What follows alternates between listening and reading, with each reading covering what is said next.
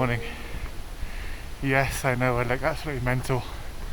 I've left most of my weight in the guest house in Lobuche, and I was going to go to base camp today, but I got talking to the guy working at reception, who is a mountaineer, and I don't want to blow my own trumpet, but I was talking about, he was like, oh, where did you come from? And I said, oh, I did Chola Pass yesterday. And he's like, you did Chola Pass and came all the way here in one day? Yeah. And then he said, if you're planning to do Everest base camp tomorrow, you're probably strong enough to do, I think the peak's called Kalipata, which is next to base camp but rises up. I'm in a rock field. I don't know how to go through here. But rises up to 5,600 meters and gives a much better view apparently. Yeah, base camp wise, I would just be walking all day to get essentially the same view. So that's the plan. Kalipatar. Oh, there's ice. Oh dear.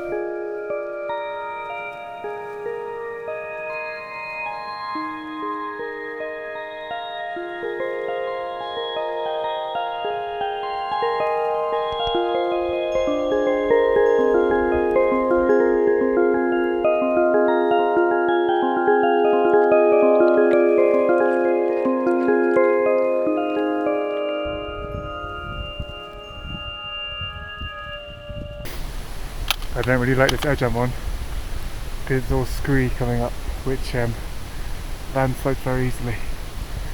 But this is a great view of the Kumbu Glacier coming down from various snowfall on the summit and goes all the way down.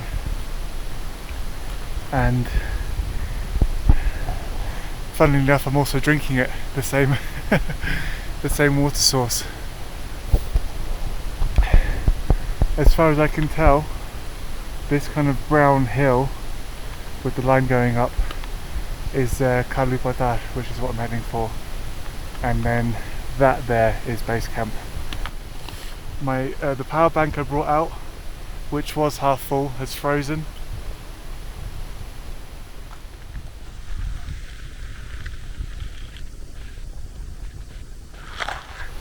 I keep hearing rock fall. I'm going to get off this sketchy edge.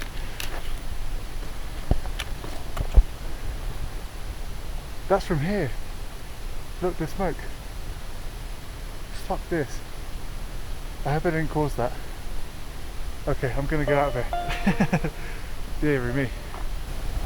Anyway, I can't quite see a path anymore. I'm just going to kind of hobble over this crap and then hope there's an established path on the other side.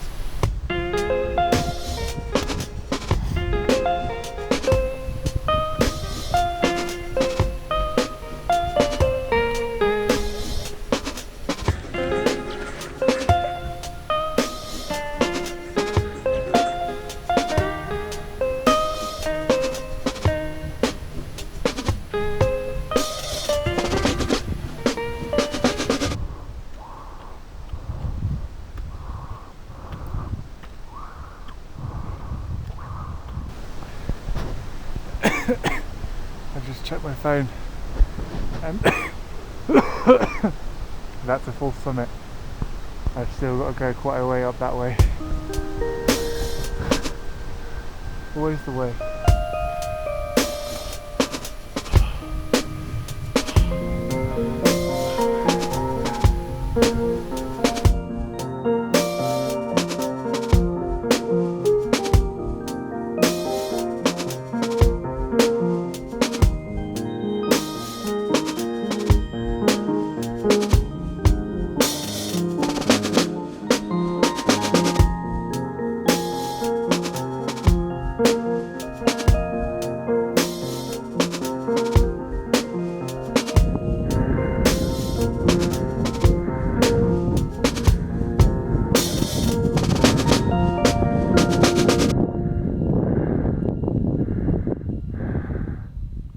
That bit, as far as I can see in the middle, is the Hillary Step, which is a section with ladders going up and you have to like rope in.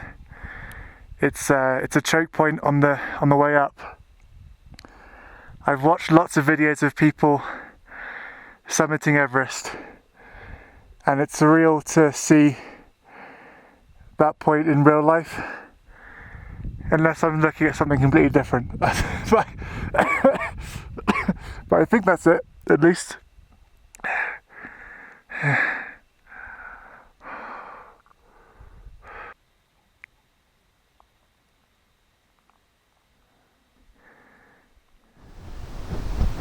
I've been an idiot again. After that bit about the Hillary Step up there, because I saw a line going down, that's actually Everest behind. So when you summit, you see that glacier, that's the Khumbu icefall. You go up that and then you go around the corner behind this first mountain, and then you go behind and kind of like hook round. Still a great view regardless. Okay, I'm going to go back down and hope this splitting headache goes away. Thank you, and until next time, Sagarmatha National Park. I've still got a couple of days left. Alright, I'm just going to stop rambling and start walking.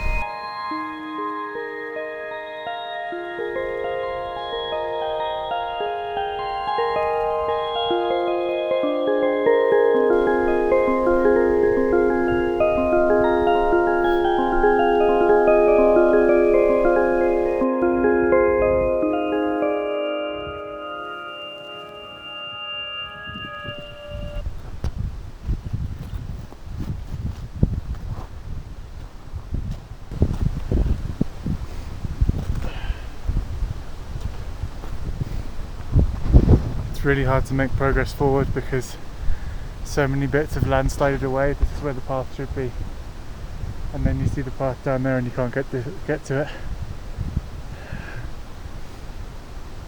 it. Okay, wanting to end this side quest on a high, I've hooked back around, ran down the mountain and come back along the Everest Base Camp trail.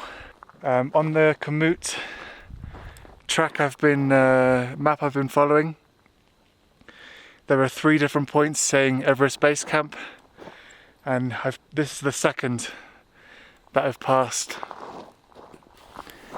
The third one is down probably there somewhere, but after this the path kind of disintegrates and there are lots of the piled stones here, which kind of looks like the end of the line. I'm sure you could, get down here or continue along, and I'm sure there'd be something eventually, but yeah, as it's winter, there's no tent down there of climbers waiting, so this is good enough for me.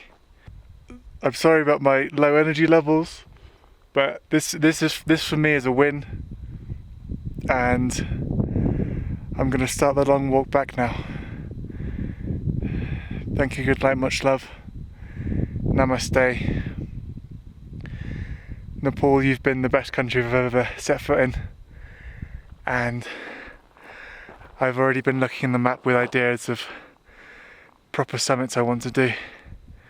Maybe Island Peak. I need to learn some rope work and get some experience with ice axes to do that. But anyway, peace out. Love ya. Hello. It's the same day as the last video. I've just had a couple of cries of relief. Not because of Everest Base Camp. I need to tell a story. I'm sorry, it will be done slowly because of the altitude. Basically, on the way back, maybe about an hour after walking, I was walking on a ridge and you can see down onto the big glacier, and I saw a guy with a yellow jacket sitting down, and I noticed him because I thought, I'm not sure if that path he's on leads to anything. I was keeping an eye on him as I was walking along. He was just sitting normally, and then when I got closer he put his head in his hands, and so I shouted down, "Hello, are you okay?" And he gave me the thumbs up, and then he said, "Do you know the way to Glacier, which is the next village?" And I thought that's a bit weird because someone should know if they're hiking. And I said, yeah, it's this way. You're not far. And then I said, "Are you sure? Do you feel okay?" He put his thumbs up again. And then he again asked, "Do you know the way to Glacier?" And then the penny dropped, and I realised he's delirious and he's got AMS, altitude mountain sickness, I think is the acronym, where confusion is one of the mid stages before things get really serious. And then I said, "Let's walk together. I'll come down to you, don't worry." And so I kind of climbed down off the path I was on. I could see that he was on a path that was going the right way, but I just wasn't sure if it would lead to Glacier, although it was going in the right direction. So I kind of climbed down to him, and then when I got closer he was throwing up, and I was like, "Oh shit." And I said, don't worry, we'll go together to Glacier. I'm going that direction, it's going to be okay." Also, my water was empty. I would have given him water. So many avalanches around. Anyway, so we started walking, and he's kind of very wonky, and as we go further, the path I've just come from is rising higher and higher, and I'm thinking, oh shit, I really hope this path connects to something. And then at a certain point it becomes a kind of landslide zone, and the path is just completely washed out, and I a little bit start to panic, because at this point we're far enough away that if something went wrong, I can't really call for help successfully, and obviously no one's got any signal up here. There's no phone towers. So he's carrying bits, he's carrying like a bag of gloves, and he's like very confused. He's picking things like rocks up off the floor, putting them back down. So basically the only real option at that point, because backtracking would have still, I think, involved climbing, unless we backtracked all the way back. But then, as you can see, the sun's dipping now. If we'd gone all the way back and then back round to the path, it would have been dark. I wasn't expecting to be out all day. I didn't bring a head torch, stupidly. So our only option is to kind of try and scramble up the sides of the cliff thing, the cliff face. It's not a sheer drop, but it's like very loose scree. And I kind of explained. So yeah, Glacier is up there, we can see it, but it's on higher ground. So we're going to need to try and climb up on these rocks. He's throwing up like regularly, but he's saying like, okay, let's go to the village. I'm asking other questions like, do you remember where you're staying? I only filmed a couple of bits of this because it was so dangerous. But we start climbing, and every foothold causes a mini landslide. You try and step on a rock and it just falls away. So I'm trying to get him to go in front of me, so if he falls or slides or whatever, I can at least try and grab him, and then we may slide together, but at least that's better, because I was petrified of him falling and hitting his head, because I can't carry him up, anything like that. Yeah, I was imagining some scenarios in my head as we were going, and everything just filled me with dread, because any problem that could arise from him getting worse wasn't something I could fix without me leaving him if he'd hit his head or something, and then running to the village, climbing up this scree myself, and then trying to bring someone back down. He'd also said he was in a guided group, but with a Sherpa and a porter, and they'd both gone off with the group towards Everest Base Camp and left him. And that's crazy. He was in a really bad way. Anyway, it takes us about an hour of like bit by bit climbing. I'm trying to keep close to him but not behind him because all the rocks are falling. And then he was surprisingly good at climbing considering how he felt.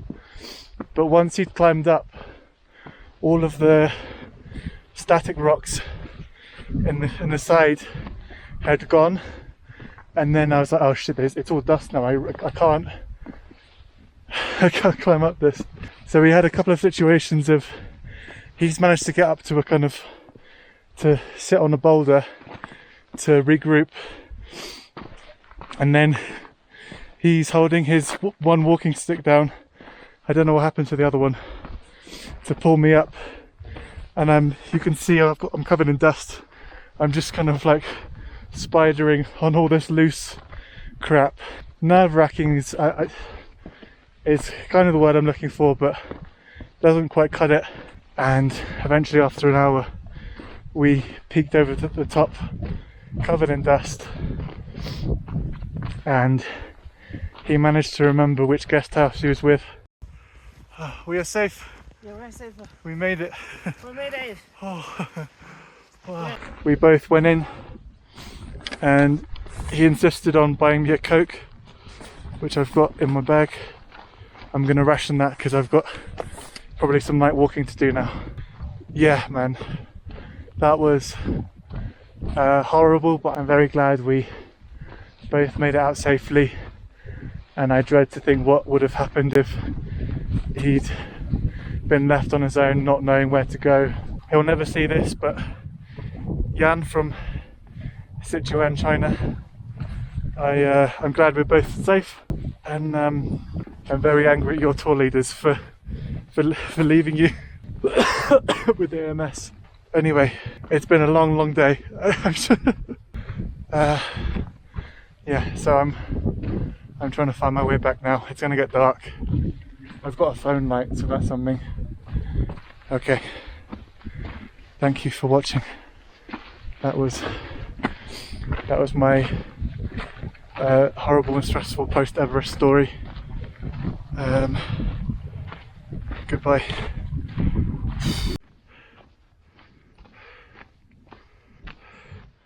I've eaten. I'm back at my guest house.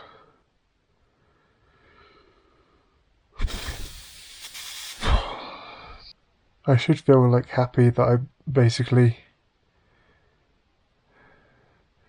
The phrase save someone's life is like very dramatic, but realistically, if I hadn't have seen him, there wasn't a lot of foot traffic. I was on like a non-main path when I looked down and saw him on the glacier, and he wanted to fall asleep. He would have been done. I feel relief that we both made it out of the glacier unharmed, but I just feel sick with worry.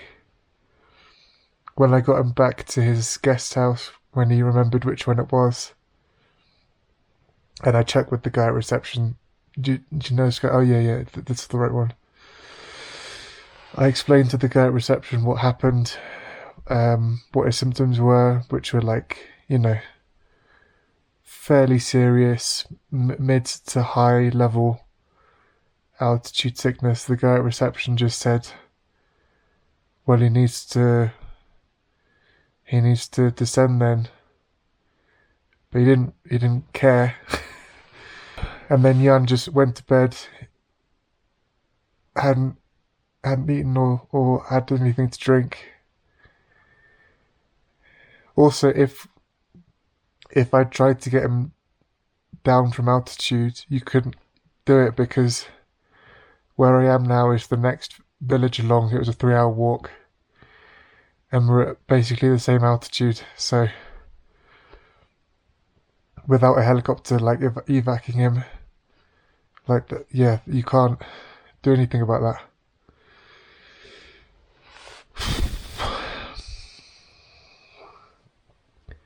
I just hope his friends would have been coming back from base camp very shortly after, because it was almost getting dark. But if they just go in and find him asleep, they're not going to know what's happened. And when mid-level altitude sickness progresses to high level, your brain just swells up and you just drop dead. So I feel guilt about leaving him at the guest house, but I'm not a doctor. Like, I don't know what to. I only know that he should have been eating and drinking, and he couldn't keep anything down because he's throwing up so much.